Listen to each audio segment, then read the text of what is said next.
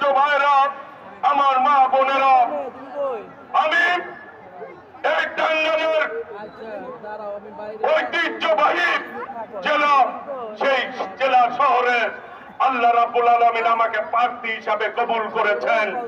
আমি কৃতজ্ঞতা প্রকাশ করি আমার নেতা দেশ নায়ক তারেক রহমানের প্রতি। প্রিয় ভাইরা, আমি শ্রদ্ধা ভরে স্মরণ করছি মহান স্বাধীনতার ঘোষক শহীদ রাষ্ট্রপতি জিয়াউর রহমানকে। আমি শ্রদ্ধা ভরে স্মরণ করছি আমাদের প্রিয় নেত্রী দেশ নেত্রী বেগম খালেদা জিয়াকে। প্রিয় ভাইরা, যখন মনোনয়ন ডিক্লেয়ার হয় আমার প্রিয় নেত্রী দেশ নেত্রী বেগম খালেদা জিয়া তখন সুস্থ ছিলেন।